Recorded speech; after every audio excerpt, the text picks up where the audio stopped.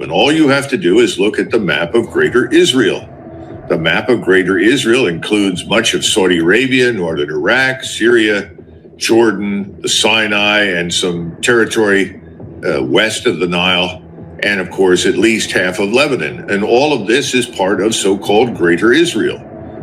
Well, we used to have something during World War II called Greater Germany, Großdeutschland.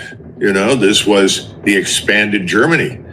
Ultimately, that actually made more sense than what we're seeing, because at least there were Germans living on the territory, not always in the majority, but there. In this case, we're talking about whole populations that have to be subjected to Gaza treatment. They're going to have to be effectively subjugated, enslaved, or driven out. This is insane. And this is what we are fighting for. People need to understand this. Well, I think Zionism has been moving from the ostentatious left, because it used to be very socialist, kibbutz and all that, to fascist right.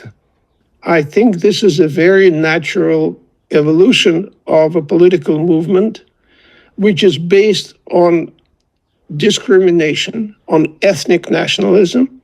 And I would say that violence that we've observed in the Middle East, in West Asia for the last 80 years is largely connected with Zionism, because you have to control the population that is naturally unhappy. You displace it, you exile it, you discriminate, you now submit it to genocide. Of course, they're not going to be happy. Of course, there will be resistance. But they try to dress it as anti-Semitism.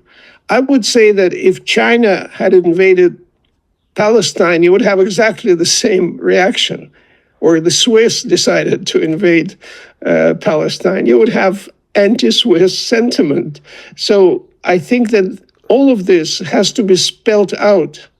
So the evolution of Zionism in the direction of fascism is perfectly predictable.